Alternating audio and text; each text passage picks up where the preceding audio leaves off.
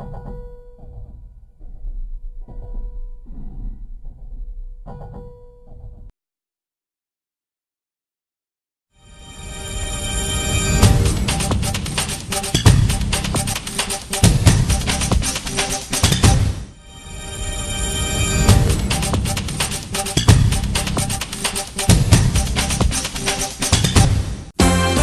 US Army has sent troops by air and ground, and they were involved in a series of conflicts against individual terrorists, criminal networks, and anyone involved in violent crimes against the Iraqi people.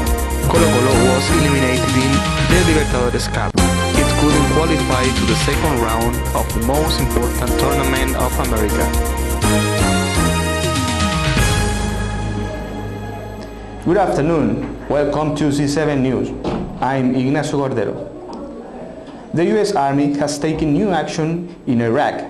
The US military spokesman Lieutenant Colonel Stephen Stover in Baghdad said that the action was in response to the last attack against the Iraqi people from criminal networks which are working in the area. Now we have our correspondent Alvaro Ron in the middle of the war in Baghdad. Alvaro, can you hear me? Yes, we are here in the middle of the war. It's 7 o'clock in Iraq right now. We know that the US has sent troops. What can you tell us about this?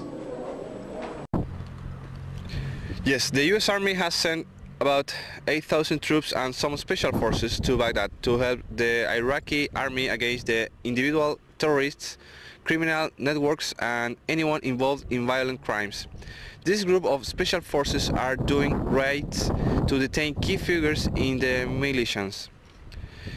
The Iraq campaign in Baghdad had a bad start but appears to be gaining ground with increased support from coalition forces. Alvaro, why did the US Army take this action? What was the reason? Yeah, the reason for this new offensive by the US was the last suicide attack to an Iraqi police station that killed 50 policemen, 20 civilians, and the Commander General of the Iraq Police Force. For more details about the attack, we are with spokesman of the Iraqi government, Abdul Musaf Latif. Good afternoon, Mr. Latif. What can you tell us about the situation? Well, the situation is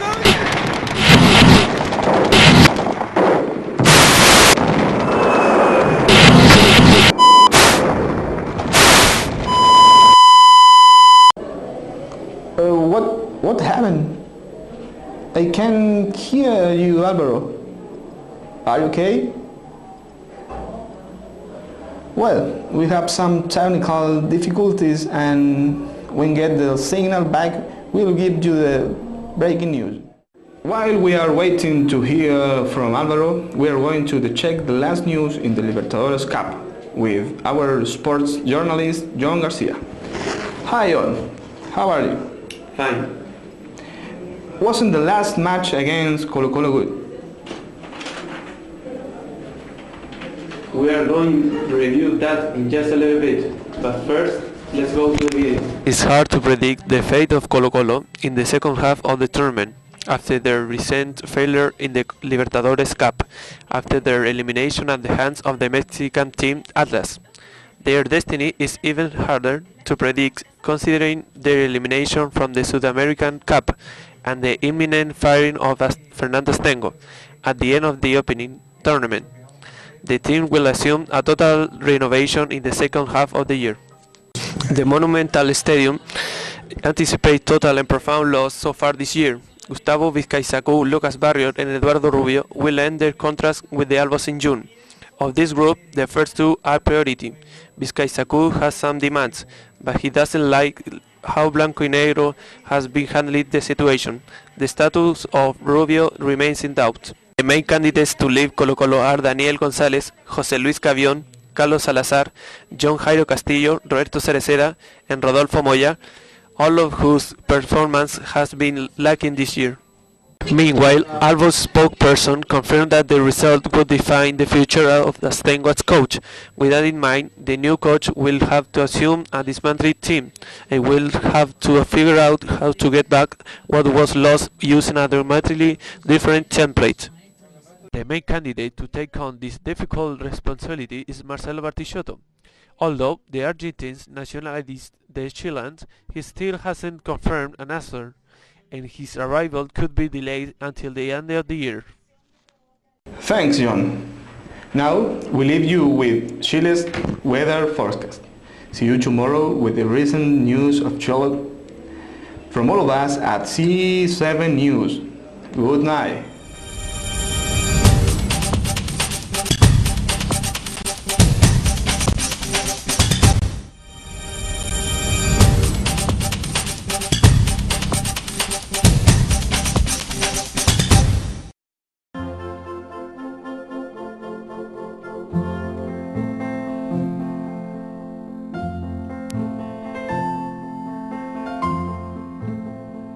Hi everyone, today forecast in Chile is Arica, plentiful sunshine, high 69 degrees, southeast winds shifting to southwest at 10 to 15 miles per hour.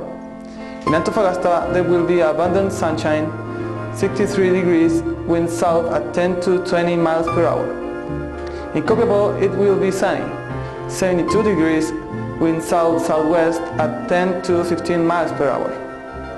In La Serena, there will be plentiful sunshine, 61 degrees, wind southwest at 5 to 10 miles per hour. In Viña del Mar, there will be sunshine and a few afternoon clouds, warm, high around 80 degrees.